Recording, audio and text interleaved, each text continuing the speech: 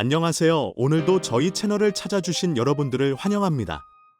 오늘은 인류가 하늘을 향해 나아가는 놀라운 여정을 살펴보려고 합니다. 비행은 우리 역사의 한 축을 이루며 인류의 상상력과 열정의 결정체입니다. 함께 이 인류의 하늘 여행 발자취를 따라가 보겠습니다. 비행은 과학과 기술의 결합으로 이루어졌지만 인류의 비행에 대한 갈망은 고대로 거슬러 올라갑니다. 고대 이집트인들은 신화 속 새의 날개를 가진 이시스 여신의 형상을 조각상, 파라오 세티 무덤의 벽화, 투탕카멘 관의 하부에 조각해놓는 형태로 비행에 대한 갈망을 표시했습니다.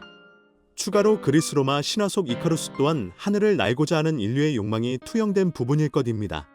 인류는 비록 자신은 날 수 없었지만 하늘을 날 수 있는 많은 물건들을 만들어 하늘을 날고 싶은 소망을 대신했습니다.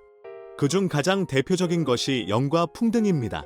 현재 가장 오래된 연에 관한 자료는 기원전 9500에서 9000년경 그려진 것으로 추정되는 인도네시아 술라웨시 섬 남동부에 위치한 문화섬 중석기 시대 동굴 그림입니다. 연에 관한 기록은 기원전 400년경 그리스 철학자 플라톤의 친구였던 알투스가 만들었다는 것이 최초이고, 동양에서는 기원전 200년경 중국 한나라 장수한 신이 군사용으로 만들었다는 기록이 있습니다. 한국 사람들이 가장 존경하는 장수인 이순신 장군도 통신수단으로 연을 많이 사용했다는 기록이 남아 있습니다. 풍등은 중국에서 유래한 것으로 삼국지에서 가장 유명한 책사 중 하나인 제갈공명이 풍등을 만들어 위기에서 탈출했다는 일화가 유명합니다. 중국에서는 제갈공명이 처음 만들었다고 해서 공명등이라고 부릅니다. 실제 비행의 역사는 18세기에 개화되었습니다. 1783년 프랑스의 조제프 미셀 몽골피에와 자크 에텐 몽골피에 형제는 빨래를 말리기 위해 피워놓은 연기의 바지의 주머니가 부풀어 펄럭거리는 현상을 관찰했고, 이 현상을 다시 확인하기 위해 나무로 사각틀을 만들고 밖을 천으로 싼 형태의 모형을 만든 후 연기 위에 올려 모형이 떠오르는 현상을 확인했습니다.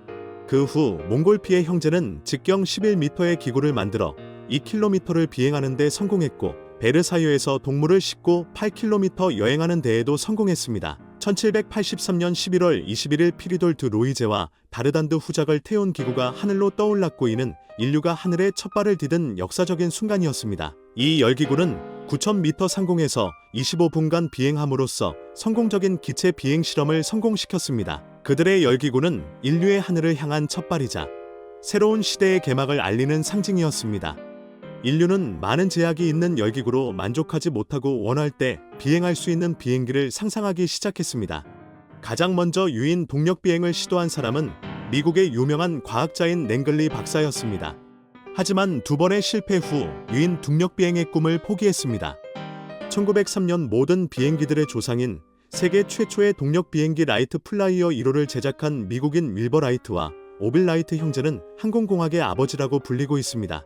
작은 자전거 수리점을 운영하고 있던 라이트 형제는 1900년에서 1903년까지는 글라이더를 이용한 사전 테스트를 통해 조종사로서 가져야 할 기술과 동력 비행기의 원리를 연구했습니다.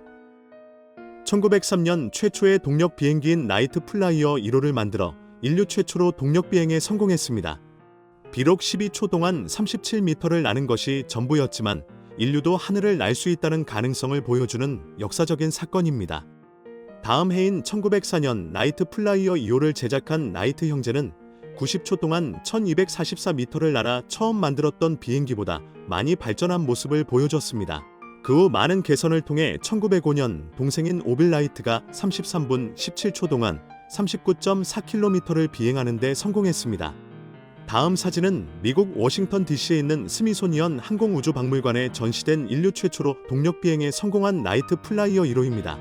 학교에서 만든 글라이더와 비슷한 형태를 하고 있는 라이트 플라이어 1호는 12마력의 가솔린 엔진을 탑재했고, 날개가 동체의 아래 위로 두 개인 상역기의 형태를 띠고 있습니다. 현대의 프로펠러 비행기들과 다르게 프로펠러가 뒤를 향하고 있고, 부력을 이용하는 기술이 부족했기 때문에 비행기의 무게를 최대한 줄이기 위해 가벼운 소재인 나무, 철사, 천을 이용해 만든 340kg의 매우 가벼운 비행기입니다. 1914년 이전 비행기는 사람들의 주목을 그리 많이 끌지는 못했습니다. 하지만 1914년 6월 28일 사라예보에서 울린 한 발의 총성을 계기로 엄청난 발전을 하게 됩니다. 세계 1차 대전은 참호전이 기본 전투 방식이었기 때문에 적의 참호가 어떤 형태로 구축되어 있는지 확인하는 것은 전쟁에서 굉장히 중요한 요소였습니다.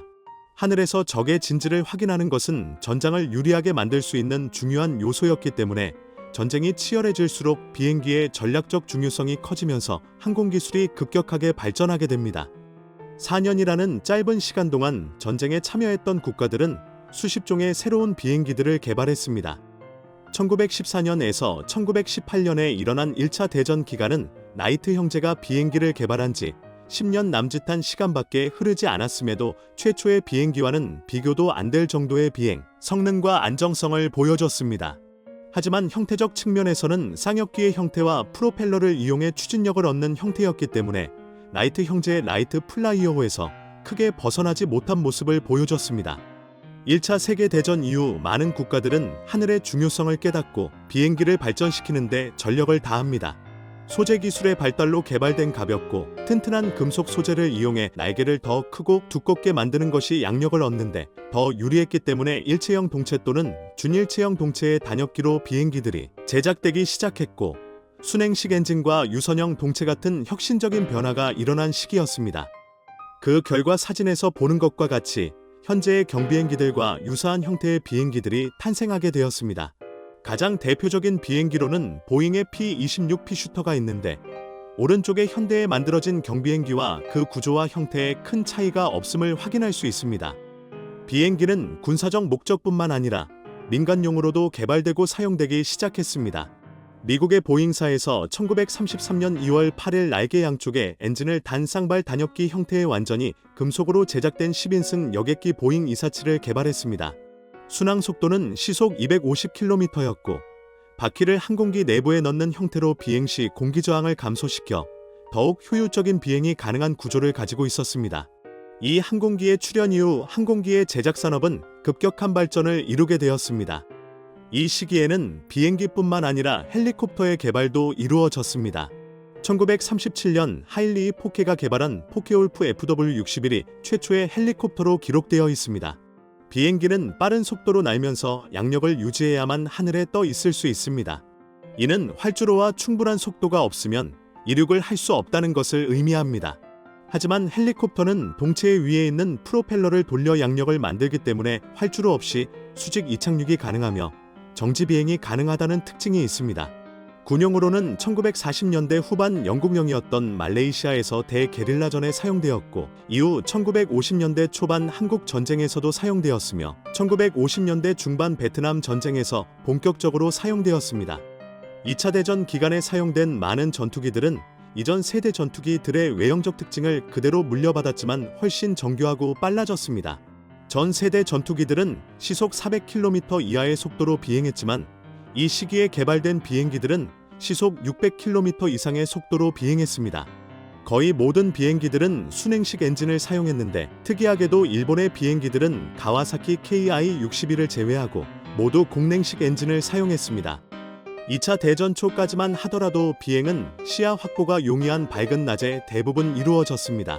하지만 1940년 전후로 전투기에 레이더를 달아 야간에도 운용할 수 있는 비행기가 등장하게 됩니다. 레이더를 단 비행기들은 전투기들과의 싸움보다 수송 또는 야간 폭격 용도로 많이 사용되었습니다. 1938년 독일에서 프로펠러가 없는 최초의 제트 비행기 하인켈 H2178을 만들었습니다. 개발 당시는 공냉 또는 순행식 가솔린 엔진을 사용하던 프로펠러 비행기들과 성능 면에서 큰 차이는 보여주지 못했지만 현재는 대부분의 비행기들이 제트 엔진을 사용하고 있습니다. 프로펠러를 단 비행기들은 구조적 한계로 인하여 비행 속도가 음속보다 낮은 아음속 대략 시속 1000km 이하의 비행밖에 하지 못하는 단점이 있습니다. 하지만 제트 엔진은 이러한 단점을 극복할 수 있고 프로펠러가 없어 공중전에 유리하다는 이점 때문에 빠르게 보급되었습니다. 이 당시 초음속 비행에 관한 연구도 진행되고 있었는데요. 세계 최초로 초음속으로 이동한 비행기는 미국의 벨 X-1입니다. 이 비행기는 1947년 10월 14일 미국 캘리포니아 모하비 사막 상공에서 인류 최초로 마하 1.06의 속력으로 비행했지만 지상에서 이륙한 것이 아니라 B-29의 신려 하늘에서 투하된 후 비행의 음속을 넘겼다는 한계가 있었습니다. 하지만 최초로 음속을 넘었다는 점과 음속을 안정적으로 돌파하기 위해 필요한 많은 데이터들을 남겼다는 점에서 항공기술의 많은 기여를 한 기체로 평가받고 있습니다. 1954년 이후 개발된 비행기들은 대부분 초음속 이상의 속도로 날 수 있는 기체들이 만들어졌습니다. 그 이후 개발된 비행기들은 전자장비, 소재, 항속거리 등이 더욱 개선되었지만 이 시기의 비행기들과 비행하는 원리, 사용되는 비행 기술과 엔진들의 작동 원리는 특별히 달라진 것이 없습니다. 전쟁이 끝난 후 민간 분야에서도 비행기의 개발과 사용이 활발해지기 시작했습니다. 1954년 7월에 미국 보잉사의 B707 장거리용 제트 여객기가 첫 시험 비행을 하였고 1958년 10월에 페남항공사가 뉴욕 파리 간 대서양 횡단 노선을 취항했습니다. 한편 초음속 여객기는 1962년에 영국과 프랑스가 콩고드기 개발에 착수하여 1969년 3월 2일에 시험 비행을 성공하고 영국항공과 프랑스항공의 콩고드기가 1976년 1월 21일부터 런던 뉴욕, 파리 뉴욕 노선을 운항하기 시작했습니다. 하지만 높은 보수 유지 비용으로 인하여 경제성이 떨어져 적자가 누적되는 형태였기 때문에 2003년 4월 10일 비행을 마지막으로 퇴역했습니다. 1970년 1월 22일 페남항공사가 뉴욕 런던 노선에 B747 전보제트기를 도입한 후 맥도널드 더글러스사의 DC-10, 로키드 마틴의 L1011, 유럽 지역의 A300, 구소련의 IL-86 등 넓은 동체를 가진 대형 제트 여객기들이 대거 등장했습니다. 보잉 747은 이전에 만들어진 707과 비교했을 때 좌석수, 순항거리, 속도 등 모든 측면에서 발전된 모습을 보여줬습니다. 2005년 보잉 747에 대항하기 위해 유럽의 에어버스사에서 더 많은 승객이 탑승할 수 있는 에어버스 A380을 개발했습니다. 초음속 여행, 우주 탐사, 그리고 친환경 비행의 개발은 아직 경험해 보지 못한 더욱 놀라운 세계를 여행할 수 있게 해줄 것입니다. 이 모든 것은 우리가 꿈을 꾸고 그것을 실현하기 위한 열망에서 시작되었습니다. 마음껏 상상하고 꿈꾸세요. 여러분도 세상을 바꿀 수 있습니다. 끝까지 시청해주셔서 고맙습니다.